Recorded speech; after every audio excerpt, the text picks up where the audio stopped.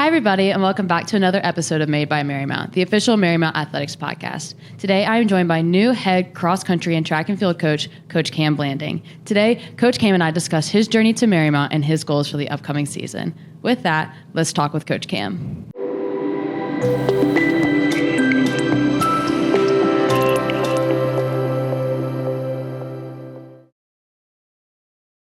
Hi, everybody, and welcome back to another episode of Made by Marymount, the official Marymount Athletics podcast.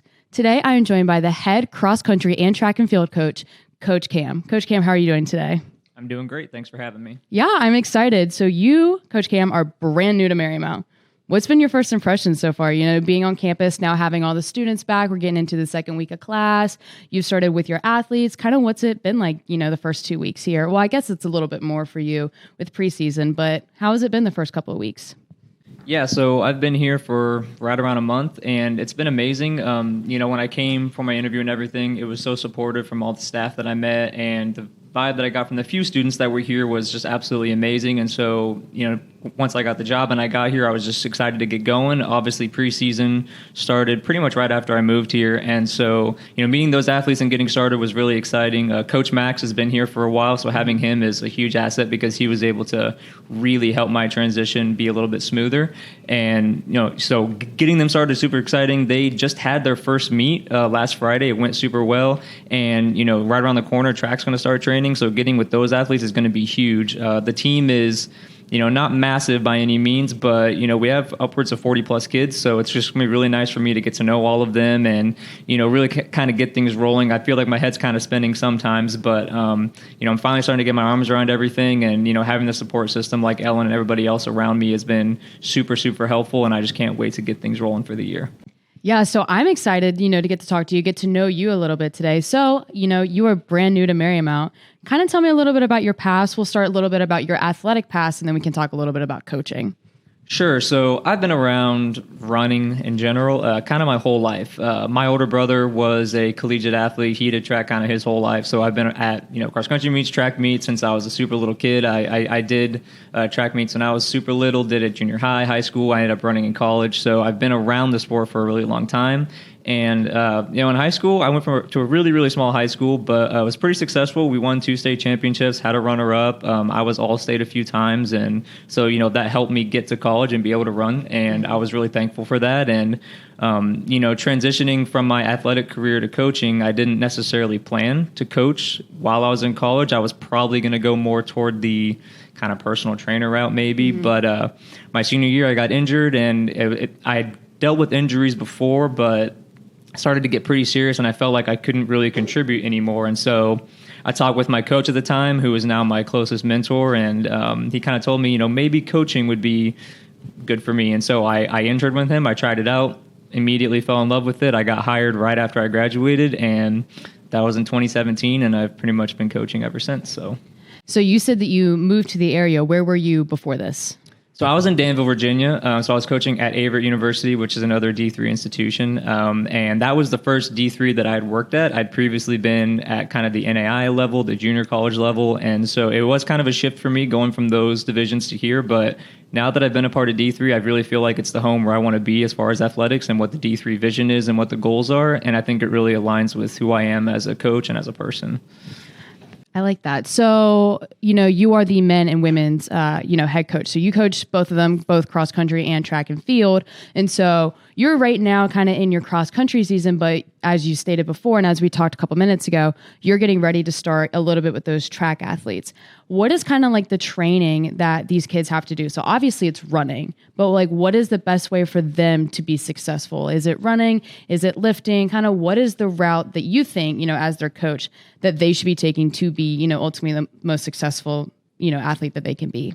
Sure. So I can start with the cross-country athletes. So it's really hard being a cross-country athlete because you essentially have 3 seasons. You got cross-country, you go into indoor, and you go into outdoor, and then you do it all over again. And so for them, a lot of it is just, you know, longevity and being able to not get injured and stay healthy. And so that's really the main focus of those athletes. Now, when you look at track and field, obviously you have a bunch of different events. You have jumpers, you have throwers, you have sprinters. And so there's a lot of moving pieces there. But generally in the fall, The weight room, honestly, is probably a little bit more important to me than what we're doing out there on the field or the track to start off with. I want them to just get really, really strong, build a really, really good base before we get going into really hard workouts. So with the fall, it's almost a little bit more weight room focus. And then in the spring, we kind of back off a little bit on the weight room, and then the workouts become way harder on the track or throwing whatever it might be jumps, because then obviously we have competitions as well, and that obviously factors into training.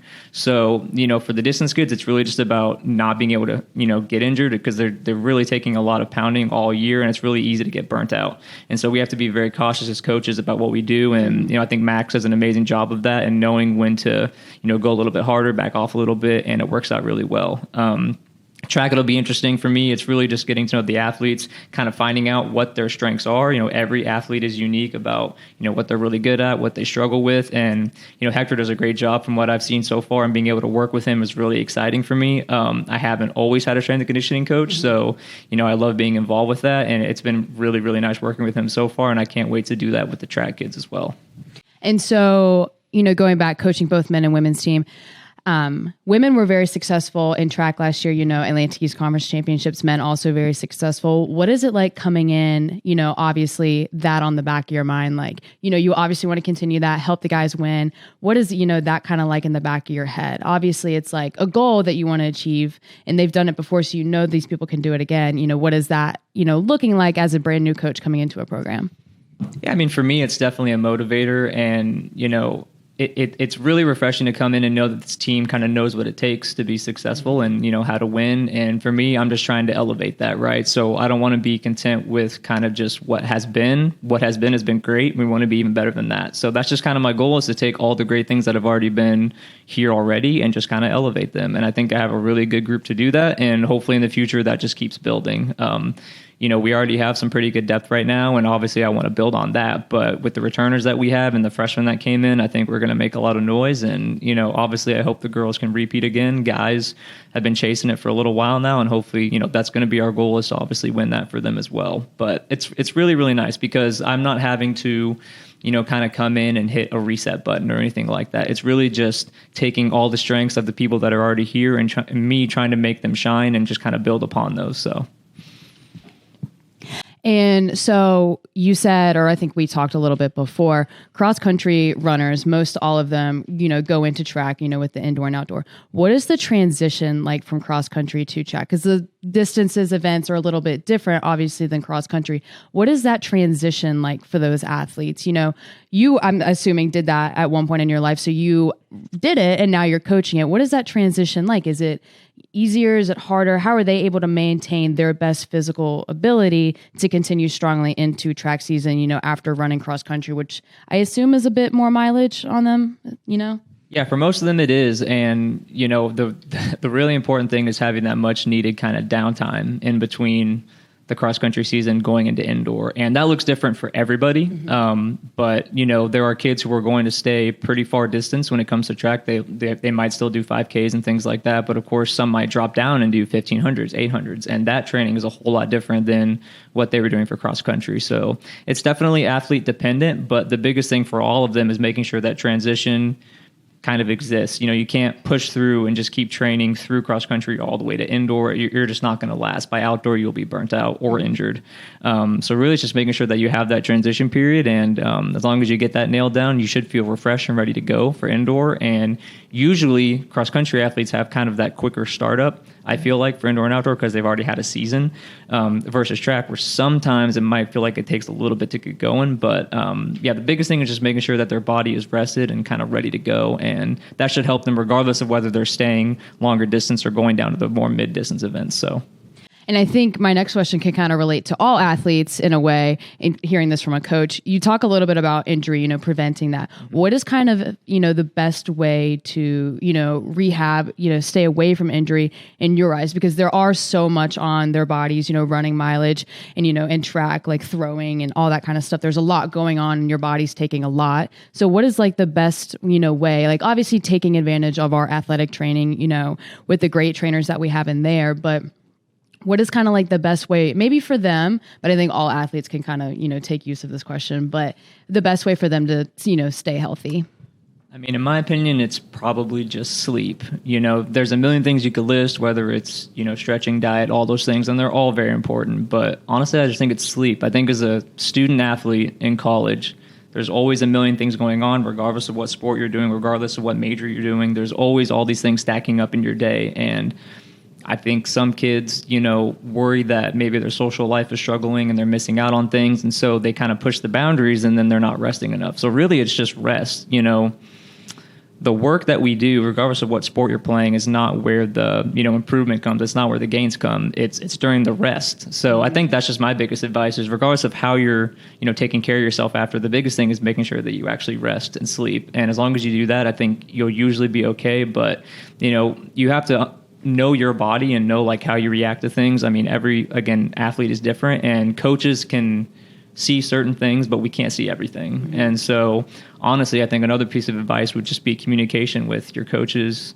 your other teammates, the ATs, obviously, you know, just being honest about how you're feeling and, you know, not feeling like you're, I guess, weak because of it. Just knowing like you are an athlete, you're doing a lot of things. You have stresses in your life that aren't just practice, that aren't just competitions, and those stresses do matter. So, you know, just be honest with yourself and know that rest is important, and don't feel like you need to do everything all the time. It's okay to take a step back and rest. So in Made by Marymount, I've had the pleasure of talking to a couple of new coaches. Last year, I got to talk to, you know, Justin Wildy for women's wrestling. And I just talked to Coach Lee Murray Winstead last week. And one of the questions I like to ask like a new head coach is like something that they want their athletes, their players to know right off the bat. With Coach Wildy, he mentioned like, you know, his whole mindset was keep coming back. No matter if you had a bad practice, if you had a bad match, you got to keep showing up.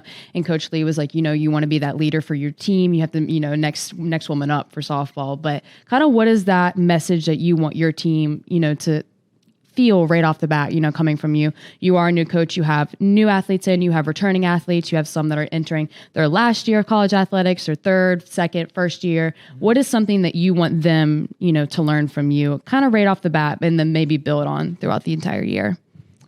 I think one thing that's going to be a focus in pretty much everything that we do is being intentional about things. And that could apply to very many things. But, you know, when you're in practice doing a rep, when you're in the weight room doing a rep, when you're in class, when you're doing anything, be intentional about what you're doing. You know, why are you doing it? Are you doing it the right way? Are you giving the most effort out of it? And so really it's just being intentional. I think it's really, really easy, kind of like what we talked about, you know, having such busy lives as a student athlete. It's really easy to just go through the motions. And so I think it's really important if you can really be intentional and proactive in the things that you're doing. And again, not just athletically, but just in your life. And when you do that, you will see a lot of rewards from that, I think, and it'll be worth the effort for sure.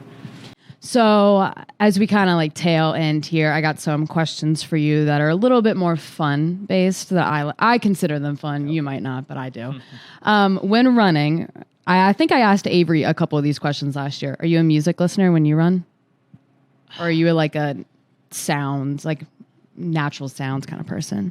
I think it depends. You know, I think harder runs, I am probably more of a music person. If it's more of a relaxed run, I think I'm more of just being in the, you know, being in nature and kind of being in the moment, I guess. So yeah. I'm kind of both. I know, you know, a lot of coaches are, you know, really for music, really against music, whatever it might be. And I completely understand it. But I guess me not being a, you know, athlete anymore, I'm a little bit more lax on myself, and I definitely enjoy music most of the time. So obviously the Olympics just happened. So I watched a lot of like track and field and that kind of thing. What is your favorite, you know, maybe not maybe to participate in, maybe to watch, kind of your favorite track event? That's actually a really tough question. You can even name a few if that helps. Well, so as an athlete, I was a mid-distance guy in track. So I think the mid-distance events in general are kind of just absolutely my favorite. The 800, the 1500, it always gets me super excited. And, you know, the Olympics this year really offered us some really good races in those events. So, that's probably where it is. But for me, I mean, high-level running, any event, any distance is obviously really entertaining because of, you know, my love I have for the sport. And, you know, that's not always the case with everybody, but I think, you know, if I had to pick, I'd probably say mid distance, but it's definitely hard to narrow down to even one event group. So kind of like you might have an answer to this one. Favorite place that you have ever ran? Obviously, running is one of those unique sports where you can kind of do it anywhere as long as you have, the right shoes and, necessarily a road somewhere to run. You can do it anywhere. You don't need any machines. You don't need a pool. You don't need any, really equipment other than like shoes, really. What's kind of been like your favorite place that you've like been able to go on a run? So, I ran in a lot of different environments. I ran in the mountains, I ran on the beach, I've ran at different places like that, but I'm going to be just a little biased here. So being a Kansas kid, small town, close to country kid, I really just, nothing beats running out in the middle of nowhere with just surrounded by fields, dirt road, complete quiet. And, for me, like whenever I had that experience, it was just really peaceful for me. And so for me personally, I think just, being on a dirt road by yourself, just you in the road running, I think I don't know, it offers some peace of mind that I've never really experienced anywhere else. The beach was obviously super fun. There's a lot of people on the beach. Mountains are great. It's obviously hard to run in the mountains, but, flat dirt road in Kansas, you can't really beat that for a run. So. And my last question for us today, what are you most looking forward to, being a brand new coach in this program, a program that's had a lot of success, that has, great athletes in it. Your team is a lot of fun. I've had the pleasure of talking to a bunch of them, and they're a whole lot of fun. Kind of what is something that you're looking forward to the most? Obviously winning, I think that's an easy answer for any coach, and being successful. But what is something that you're looking forward to, being in a new position? I think with me being new, the thing that I'm looking forward to the most is getting to know the student athletes, and whatever happens from there happens. And I think just growing this program is really exciting for me as well. I want this to grow into something even more special than what it already is. Mm-hmm. And Marymount's definitely a place where that can happen. And I have the people around me, I think, to support and make that happen. And so, for me, again, winning is going to be great. Being successful, I think that's going to happen. That's something that, as a coach, you always want to believe is going to happen. But I think it's the relationships that are really going to, make this really special for me. And again, hopefully sustaining that for the future. All right, Coach Kam, I want to thank you so much for joining me here today on Made by Marymount. I had the pleasure of talking to you today. I'm very excited to see, what you guys are going to be able to accomplish, both, in cross country and in track. I'm sure I'll be talking to a couple of your athletes here in the next couple of weeks. I'll have them on the pod. But I was very happy to talk to you today. Thank you for taking the time out to join me today. Yeah, I appreciate it. Thank you.